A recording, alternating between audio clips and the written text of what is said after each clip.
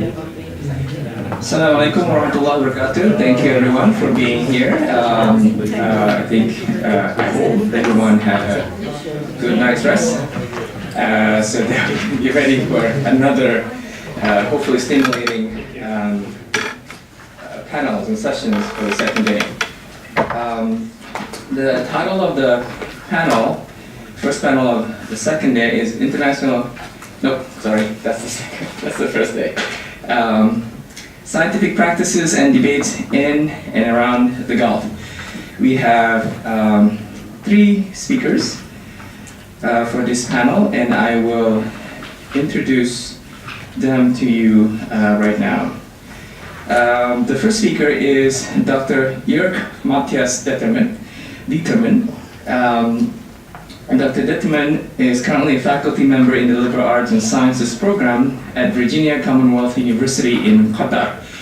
That's the first Education City institution under Qatar Foundation. It's been around for 20 years this year.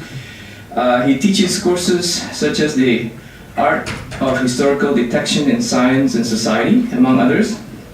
His work at the Zentrum Moderner Orient, Free Universität Berlin, School of Oriental and African Studies, University of London, and King Saud University. He was a visiting scholar at the King Faisal Center for Research and Islamic Studies in Riyadh. And his research interests include global history, the history of science and scholarship, and the history of the Middle East. His relevant publications include Recent Science in Arabia, Networks of Biology and Evolutions in the Gulf Monarchy, and he is currently working on the book Researching Biology. No, you've done that book. Yes. Actually, the forthcoming book by Dr. Determann will be the Arab World's Final Frontier, Transnational Space Science. Yeah, that's correct. Okay. I have a book on Arab space science. Yeah, okay. So what I'm going to do is I'm going to allow all 3 speakers speak first. So hold on your questions, write them down please, and then we'll have hopefully a longer discussion sessions at the end. Okay. So I'm going to give the floor to Matthias to present. Wonderful. Can you all hear me? If you want translations, can you please gesture to the translators in the back, please? The audio for that is available on the desk. Excellent. Thank you. Big thanks to Ahmed Hady for providing me with this microphone here. Can you all hear me? In the back as well? Perfect. Thank you very much, Alex, for inviting me. I liked, I think it was you, Sally, who said thank you to all the unknown people, right, to make this conference, these kinds of workshops possible. He's not unknown, but big thanks to Paulino for the video, big thanks for Ahmed Hady, big thanks for the translators here, Muwaffaq Tawfiq, right? We met earlier. I also would like to apologize at the beginning to those of you who may have read my book on researching biology and evolution in the Gulf states. I'm drawing on some of the same material for the book, although hopefully my thinking may have evolved at least a little bit since the publication of the book. So it gives me great pleasure to talk about Rentier science in the Gulf. My interest in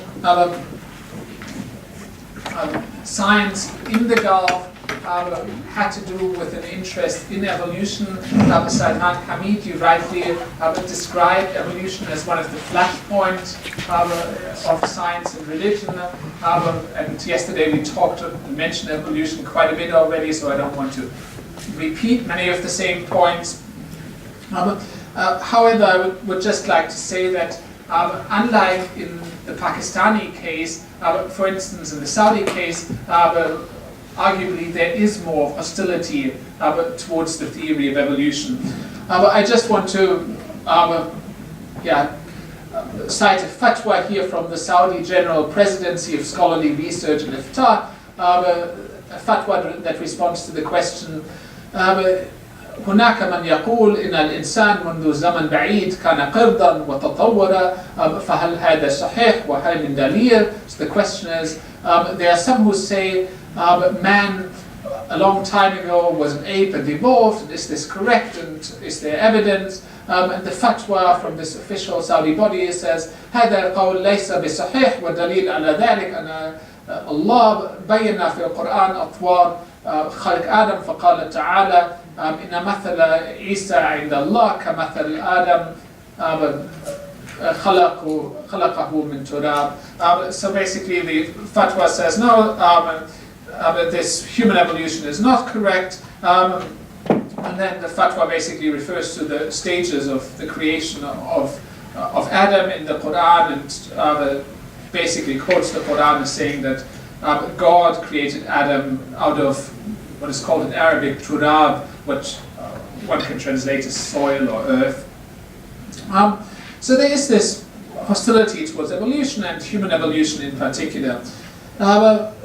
What I found interesting, however, that you have a leading Saudi biologist such as Abdulaziz Abu Zinada, the author of this paper here, being an outspoken evolutionist. This is a paper from 2003 in which he says the Earth's genes, species, and ecosystems are the product of over 3,000 years of evolution and are the basis for the survival of our species.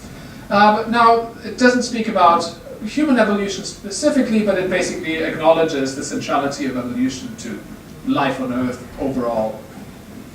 Abdulaziz Abu Zinada was not a marginal figure. He was president of the Saudi Biological Society, a professor at King Saud University, and also a Secretary General of the Saudi National Commission for Wildlife Conservation and Development. He published an autobiography in 2011 called Al-Masiratan Al-Jami'a wal-Hayat Al-Fitriya, The Two Lives, the University and Wildlife. And it's interesting that the preface to this book is by صاحب السمو الملكي الأمير سعود الفيصل وزير الخارجية, so by Saud al-Faisal, one of the world's longest serving foreign ministers. This is not sort of completely marginal and peripheral figure. So how is it possible to have a leading evolutionist in a country like Saudi Arabia? In order to investigate that, I did not just look at his biography, but I also looked at sort of the structure and political economy of science in the Middle East and in the Gulf in particular. I engaged with the theory of the Rentier state that has been around since the 1980s. This is a famous paper by Hazm Ablawi from 1987. The theory has been modified, has been adapted, but overall it is still one of the key theories used in Gulf studies. This is a paper from 2011, Theory of Late Rentierism. An author that I found particularly useful for my work is Stefan Hertog, a professor at the London School of Economics. Stefan Hertog has analyzed the effect of the Rentier state on public sector institutions. For those of you who are not familiar with Rentier theory, I just want to explain that we're talking about a state that is characterized, that is shaped by the distribution of rent, hence Rentier. A rent is an income that doesn't derive from works as much as from the possession of natural resources. So if you own land, the oil and gas that is part of that land, and you sell that oil and gas, that gives you a rent that is paid to the government, for instance, by an oil company. And then the government can give out this money without needing to tax the local population. This kind of state rentier theorists have argued have led to many inefficient institutions. So because there was so much oil money available, we have duplicate institutions. Duplicate institutions, for instance, in the security sector, like a Saudi National Guard, in addition to a Saudi army, in addition to a Ministry of Interior. We have some of these institutions seem to have as their main goals to employ nationals of these countries. So to provide jobs, to provide salaries, sometimes for important tribes. So the Saudi National Guard, for instance, would have battalions, each battalion for each tribe, so that and as a result, each tribal chief, tribal sheikh would get a salary from the state. Very, very often at these Gulf public sector institutions, employment was based on your nationality, your position, your family connection, who you know, more than based on your qualification or your merits. As a result, very many institutions in the Gulf's public sector are very inefficient, bloated, employing too many people, sometimes the wrong people in the wrong places, and generally less competitiveness. On the other hand, we still have certain, what Stefan Hertog calls islands of efficiency in the Gulf's public sector. So these are institutions that are state-owned, but they are much more efficient, much more productive, much more competitive. We see that as and companies like Saudi Aramco, for instance, the Saudi National Oil Company, that is seen as one of the best managed state-owned oil companies in the world. We see it as companies like Emirates, but also like Qatar Airways, that are publicly owned, but that have outcompeted Western airlines on many routes. Hence you have American carriers complaining about these airlines because these airlines are actually quite good at what they're doing. What is different about these organizations is you have less rent seeking at these institutions. These institutions are more autonomous. They are often protected by a senior player in the government. These institutions can hire meritocratically. They are often exempt from nationalization policies.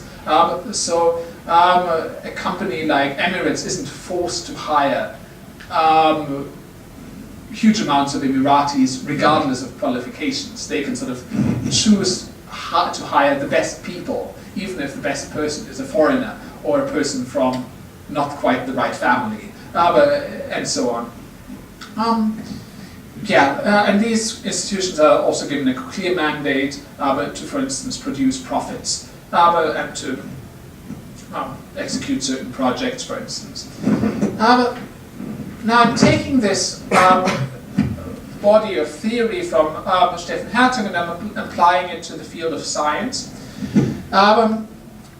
I feel there are certain sort of institutions that mirror other institutions in the public sector. These would be large state-owned institutions like King Saud University in Riyadh, in particular these big national universities, also like UAE University, Qatar University. Although I don't want to talk too much about Qatar University because we've got a specialist here on Qatar University. But in general, these institutions have been around for decades. They probably will be around for decades.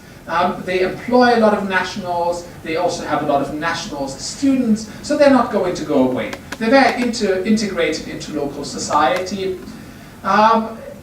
As a result, however, they're also more affected by local culture. These institutions, they give a greater emphasis to the Arabic language than other institutions. These institutions, they are also gender segregated, often men and women studying in different campuses or different parts of the campus. And there's more emphasis on teaching in Arabic, on writing Arabic textbooks, and arguably there's also more pressure to avoid taboo subjects such as evolution in teaching or research. The other kind of institution, I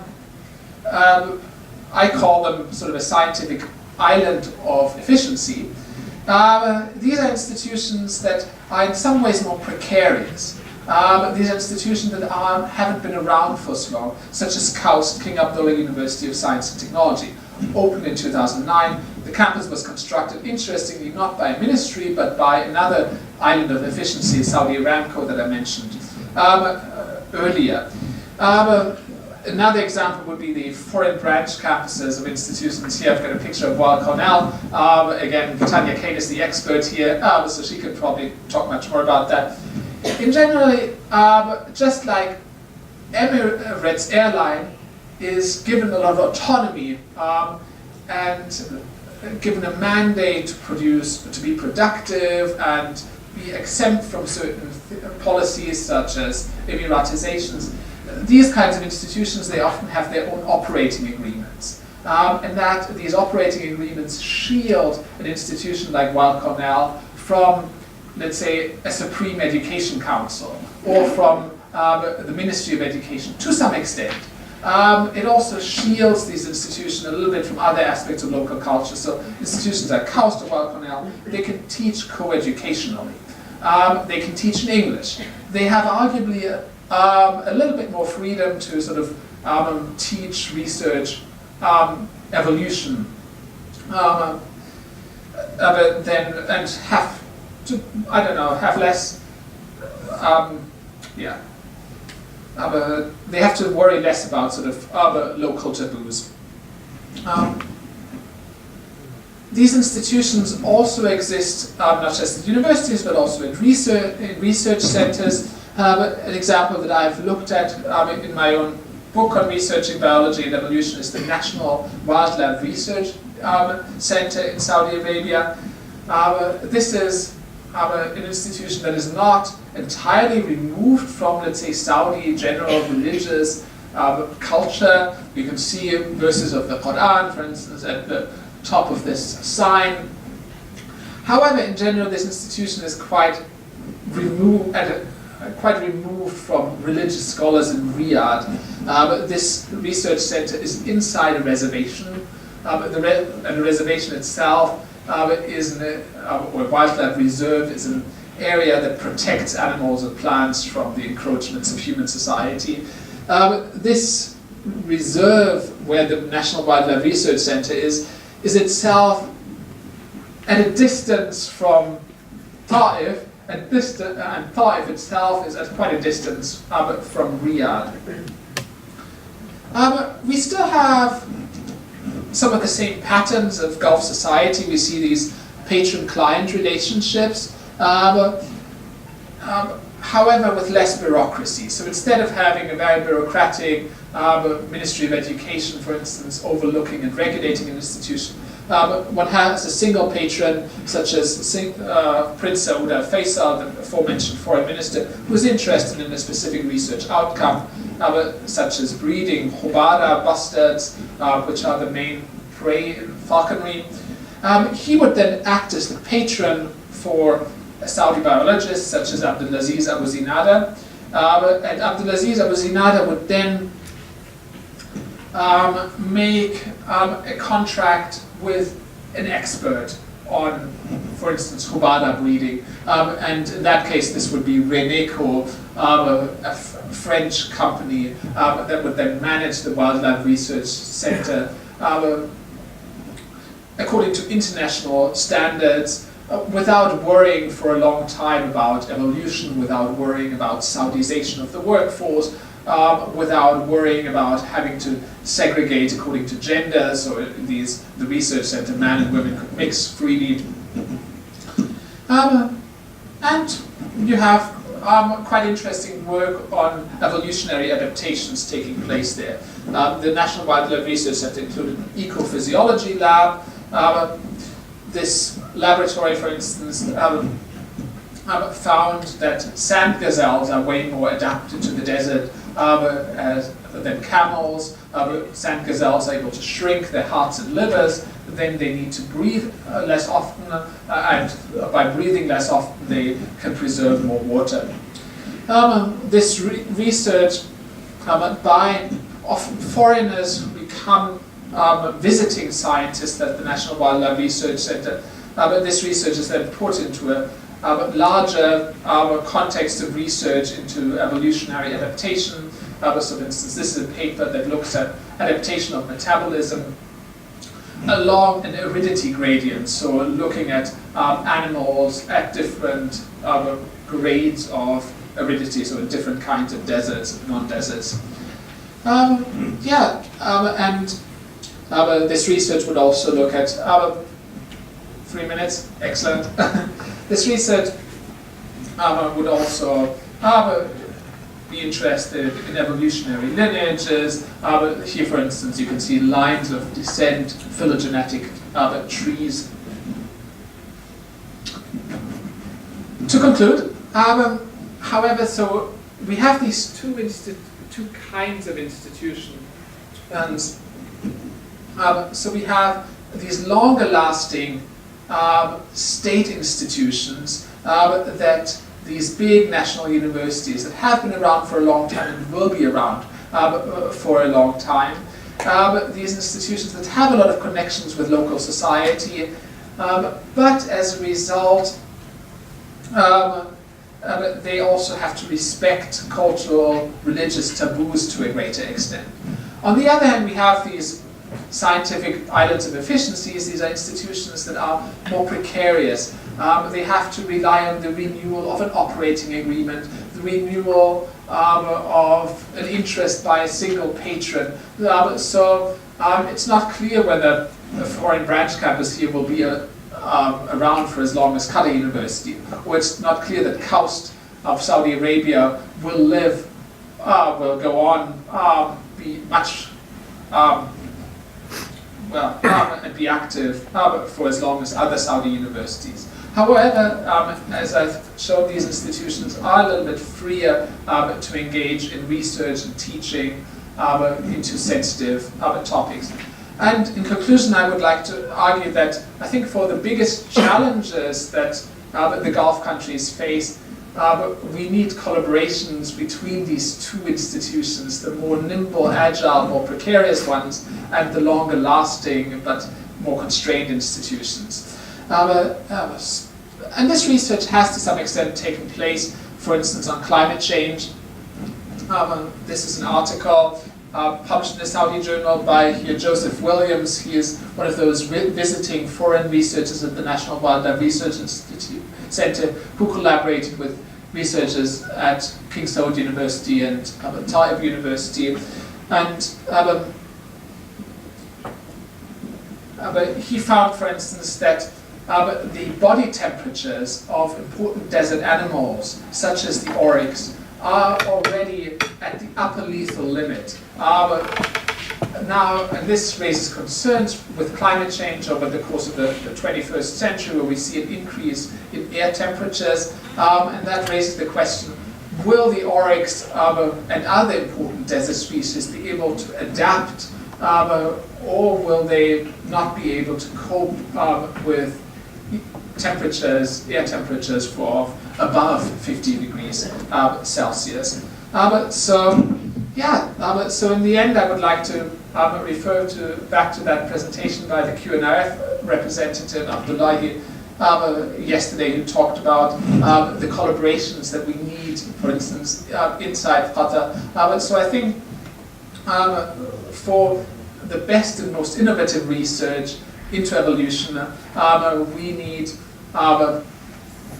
Weill Cornell and Qatar University, or KAUST and King Saud universities, for instance, to collaborate. Thank you very much.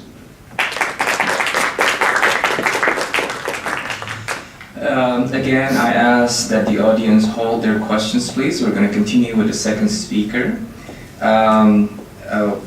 Our second presenter is Dr. Mohammed